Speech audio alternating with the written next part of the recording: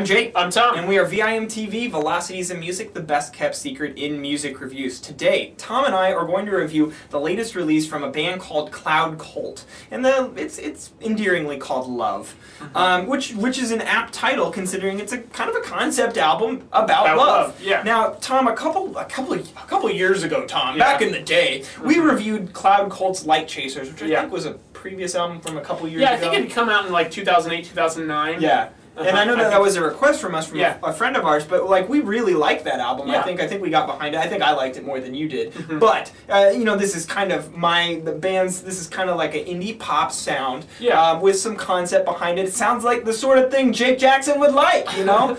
Tom, what's the kind of some background about Cloud Cult? Well, this is one band that I think to me, I don't necessarily put them above or below the rest of the kind of indie music scene that's going on out there. I just put them on their own, in their own little world. Yeah. Because this is one of the only bands that, to me, I can honestly say, I think that what is so much more important about this band than their actual music and their sound is their message. Yes. Because they are all about delivering a positive message, encouraging, motivating, and inspiring people. And they do that not only through the lyrics, but also through the instrumentation. I mean, actually, some of the more powerful songs on this album are the ones where the vocals take a step back. Yeah. Songs like All the Things We Couldn't See and Catharsis near the end of the album. And so they're able to accomplish a lot with that. Now, I will say, for some people who maybe are a little more cynical, like to listen to darker music, I like a lot of darker music, but I really get behind this. And I think that the reason is that while you have these lyrics that are very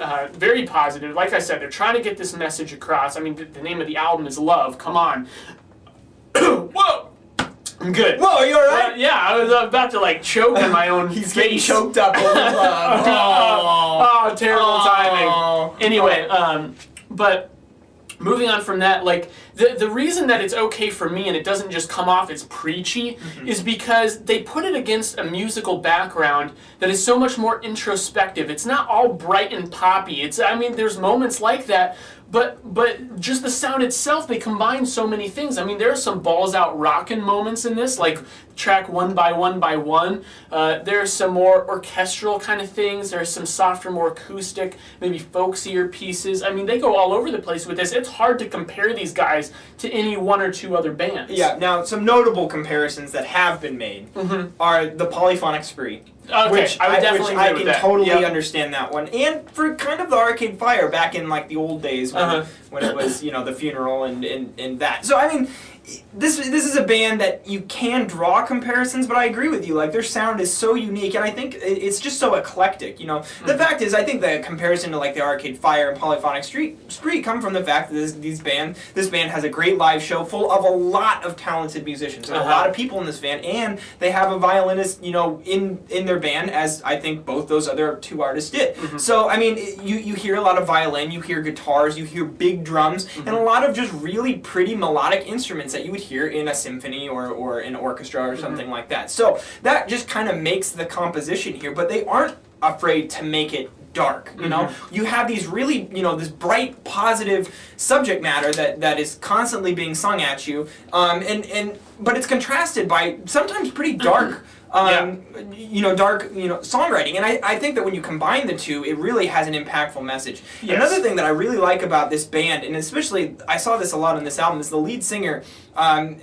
He can make his voice sound like it's two different people. Now, I'm pretty sure it's the same person, but I'm not positive. So if there actually is multiple lead singers in this band or multiple people doing the singing, the vocals, please let us know. But as far as I know, it's just one guy doing the vocals. And I love his voice. I love that he can approach it from different angles. And I love that, as you said, the message can be delivered without going into that cliche kind of trite zone. And I feel like they do a really good job on this album of presenting it. I do feel like there are some clear standout tracks on this album and some others that are not quite up to snuff. I totally agree. And it might be different for different people, just depending on which aspect of the sound you kind of attach to. I will say that I think, compared to Light Chasers at least, which is our most familiar reference point for this band, I think that they were able to make it into a bit more of an album. Light Chasers was very good. I think it was a little more track by track. They still incorporate the electronic elements on this album, but I think it's a little more tactful. Yeah. And it it's a little more unifying. Yeah. But to me, the weaker tracks you were talking about mostly come in the middle, tracks 6 through 9. I don't think that they're terrible songs, but for me, most of the highlights were in tracks 1 through 5, and then tracks 10 through 13. That beginning stretch and that end stretch. I think that the bookends of this album are really good and really hit that message home. And then in the middle, I'm enjoying it, but I'm not really digging it as well as I am those other parts. Yeah. Track 10, Sleepwalker, I mean, that could have been a track. That's a really ambitious track. It gets a little bit dubsteppy even in there, but it's done tactfully, I think. They control it, which a lot of dubstep is all about. Just screw it, caution to the wind, just make it drop the bass. This, I mean, there's elements of dubstep in that, screw it, let's drop the bass.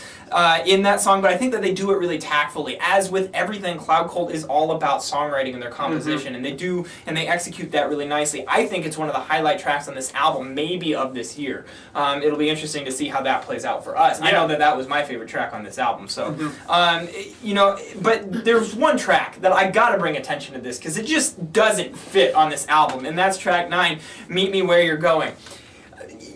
I know Mumford & Sons is a popular band and people like Mumford & Sons, but that does not mean you're going to make a Mumford & Sons-esque track and put it on your concept album about love. It's not, come on.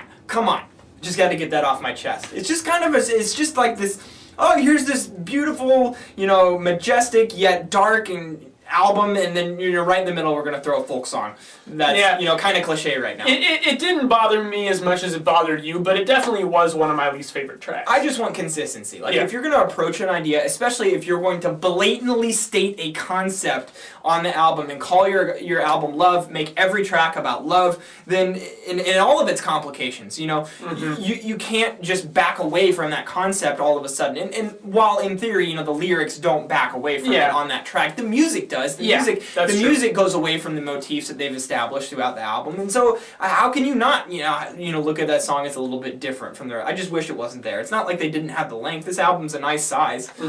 So that's just my opinion. Overall, I think this is a good effort. I personally would prefer Light Chasers a little more. Oh, really? But this one I agree. I feel like it's pretty well albumized with besides the sag in the middle. I really like the bookends of the album. Yeah. I'm gonna go 78 on this. I'm going 81. I did enjoy this one. Yeah, you actually came up on it a bit. Yeah, I did a little bit. I was kind of in the upper 70s, and then I listened to it a couple more times today, and I was just thinking, you know what? I really like this album enough to put in that range. And really, I think that this is a band that a lot of our fans out there would appreciate if they're into this kind of sound. But I don't hear a lot of people talking about Cloud Cult. I think they're doing some really cool stuff. Check them out. Progressive indie pop. I mean, it's unique. It's unique stuff. If you haven't checked out Cloud Cult, we definitely recommend it. This is a cool band. And if you are a fan of Cloud Cult, what's your favorite Cloud Cult album? Obviously, now Tom and I have reviewed 2 of them, and there's others that we definitely need to check out and have neglected thus far. There's just a lot of music out there for us to listen to. I know. It sucks. I mean, Guys, it's awesome, but it sucks. Absolutely. Let us know what your favorite album was at www.velocitiesandmusic.com or youtube.com/velocitiesandmusic. As always, follow us on Twitter, like us on Facebook, and let us know what 2013 album you would love to see us review. I'm Jake. I'm Tom. And we are VIMTV, moving music critique forward.